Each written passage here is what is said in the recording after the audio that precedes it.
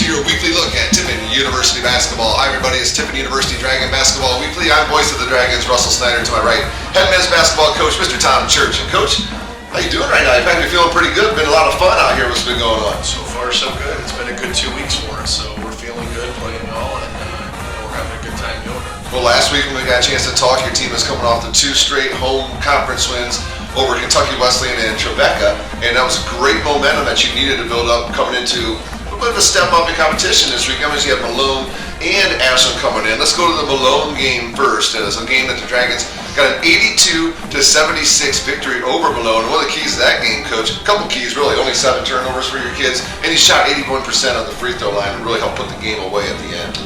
Yeah, I mean, we've gotten off to really, really good starts, and we talked a lot about that with our team. But like I think you already mentioned, us not turning the ball over, but creating points off turnovers.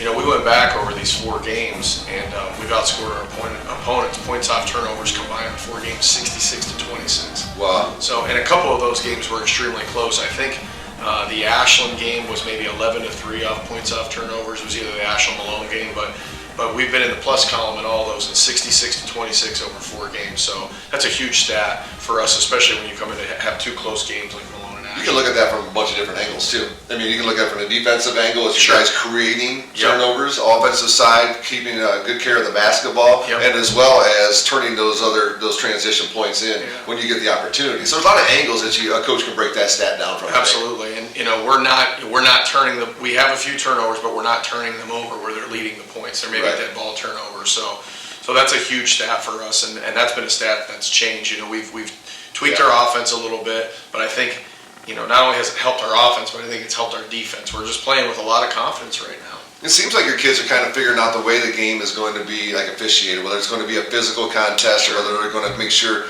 the hands are off people. And you guys are doing a real good job of adjusting the way the game is being officiated on a daily basis. I think the officials so far, from what I've seen, have been doing an excellent job in our home games here in the conference. But your kids, everybody's different. Your kids are doing a good job of adjusting to the way the game is being called out there. Yeah, and I think we're going where the ball needs to go. We've got a lot of different guys that we can throw it in the post to.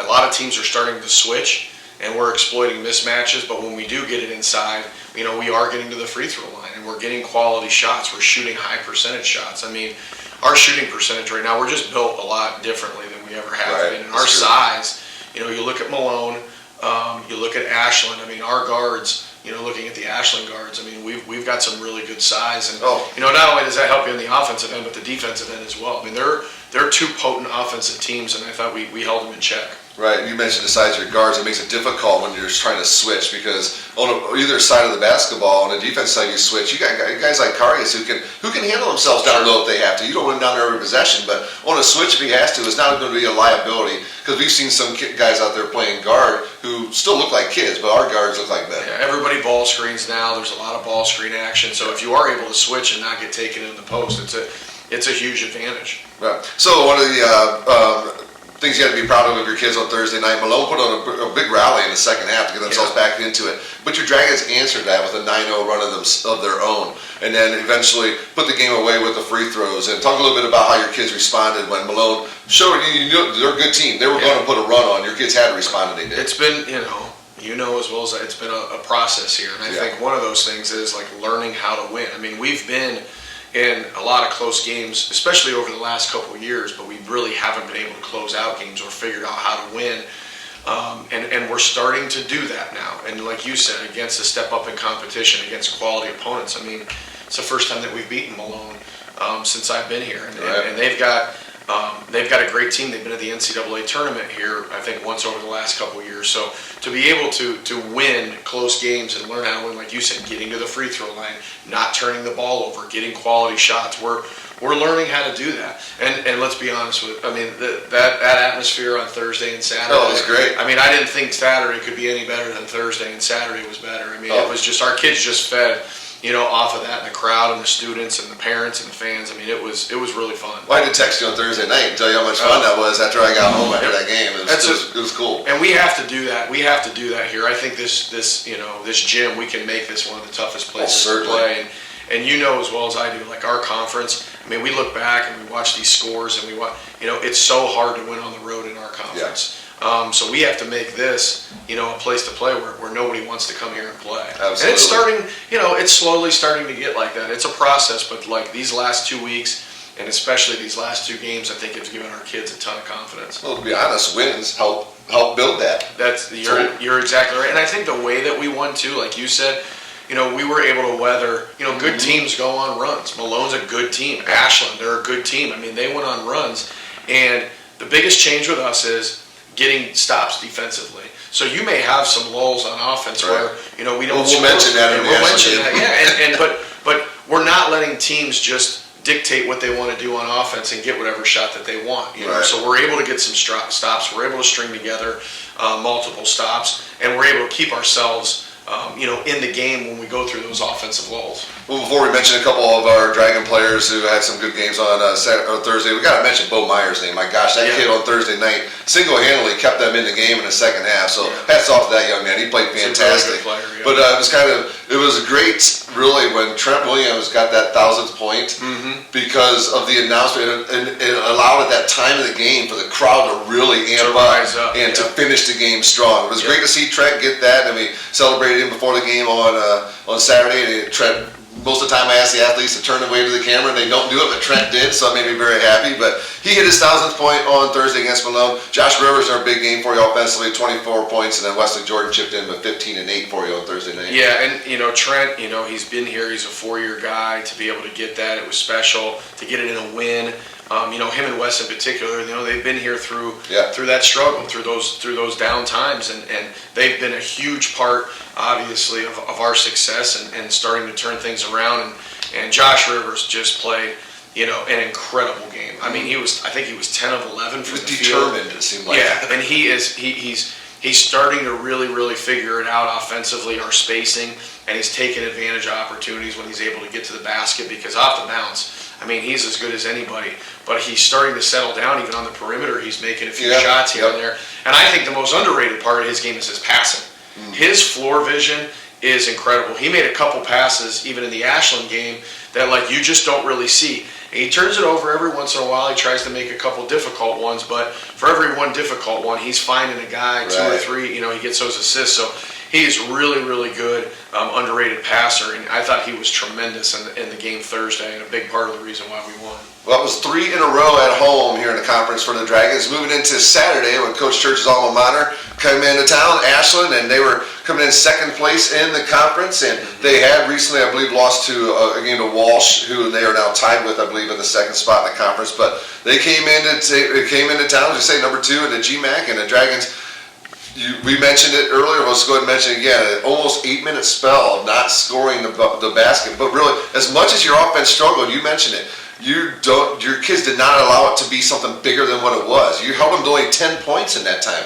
Imagine you're going from the 16 media timeout to the 8 media timeout without scoring, and they only get up 10 points on it. So struggle offensively, but good golly, you got to credit the defense in that situation to keep everything where it was. I mean, I thought defensively, and it didn't, it wasn't like you said with Ashland, with a major run. They kind of chipped away and got back into the game, so you knew offensively we had to eventually get going. Right. But with that being said, we scored 18 points, I think. We got off to an unbelievable start. We were on pace for 72 points in the first half of the first media time. I think you mentioning that on the radio, maybe you jinked that. But we scored 18 points in the first 4 minutes of the game. And then, like you said, we went through that lull.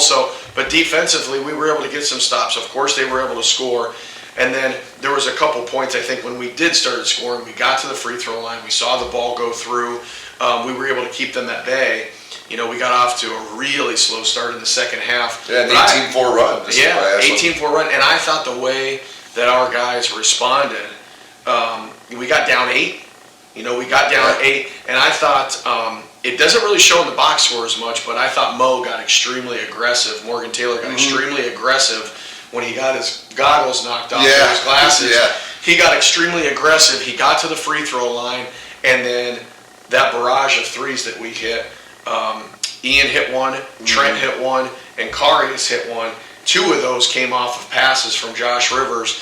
One of them was off of Wes, and into out. And I'll tell you what, when we went bang, bang, bang on those threes, and we're still able to get stops. I mean, we really relied on our defense. I mean, we held them to what, 59? 59. They were averaging. They were like second leading scorer in the conference. They held them to scored a lot of 59 points, and I think that goes back to our size, our athleticism. Our kids are just really starting to get it. We threw in some zone there a little bit in the second half, and I think that kind of just took them out of rhythm a little bit. So we had a lot of good things going on Saturday.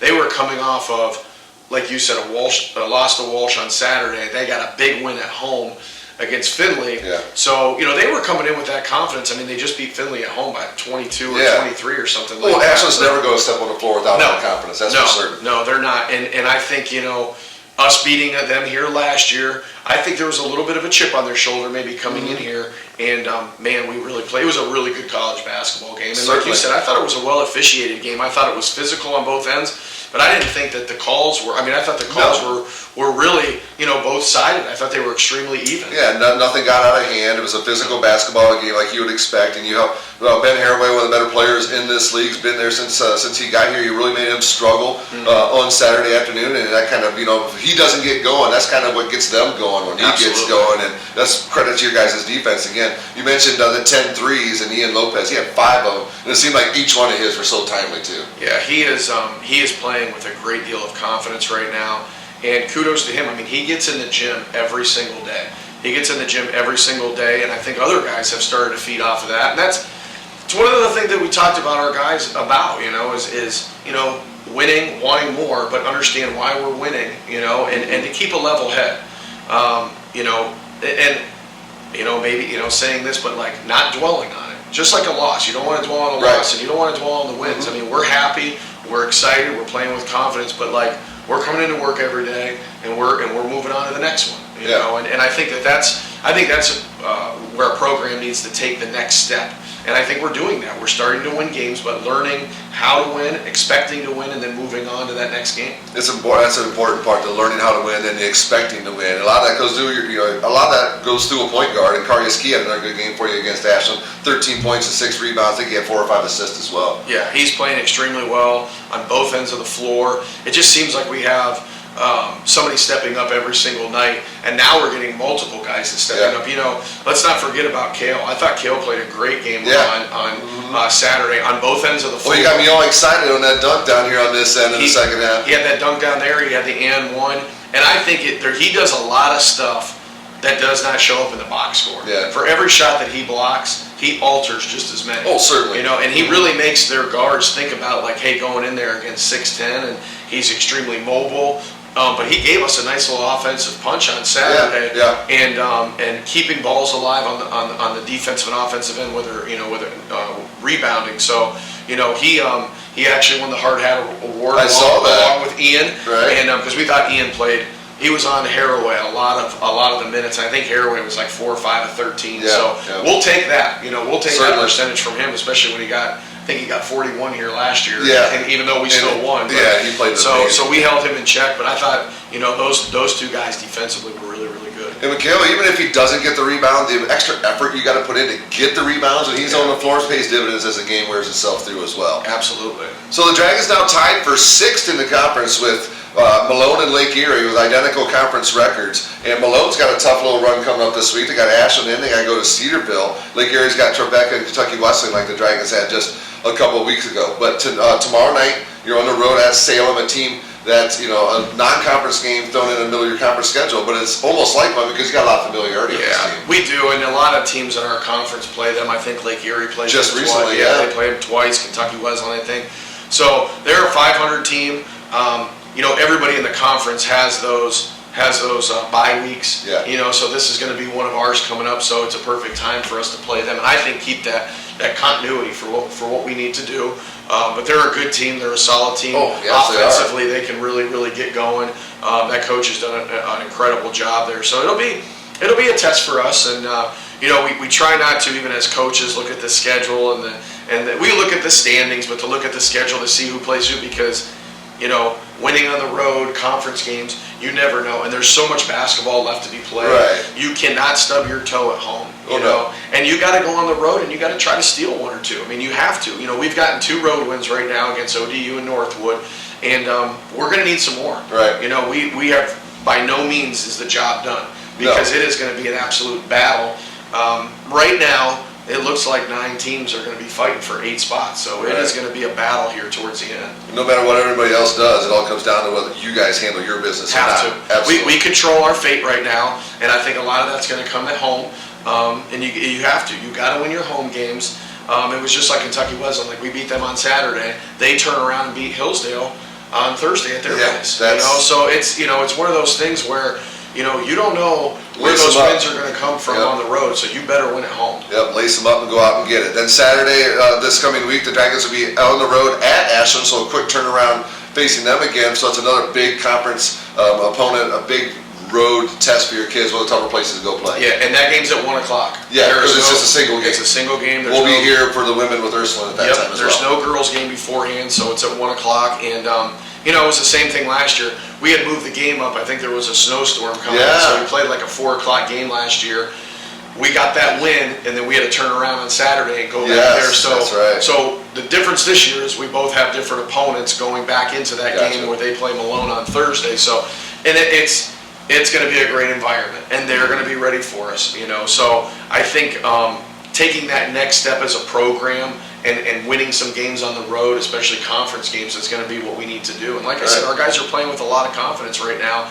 We got to find a way to harness that energy from our home crowd and bottle it up and take it with us. Absolutely. Then next Monday, so Dragons will get 3 games in by the time we get a chance to talk to you again. This schedule change, filler, how all that happened, end up at the East-West University out of Chicago coming in next Monday. It's another out-of-conference opponent coming into town, but it should be a night where there's not a whole lot else going on campus with it being a Monday night, so it should be a great opportunity for this place to get filled up with a bunch more students. We want to try to, again, I think creating that atmosphere is part of building a program, and we want it to be fun for our students. We're running out of them. There's not a lot of home games left. Let's get into it. I know. We did the whiteout night, and we're going to try to continue to do maybe some giveaways and get some students here and get some fans here, and our guys feed off of that.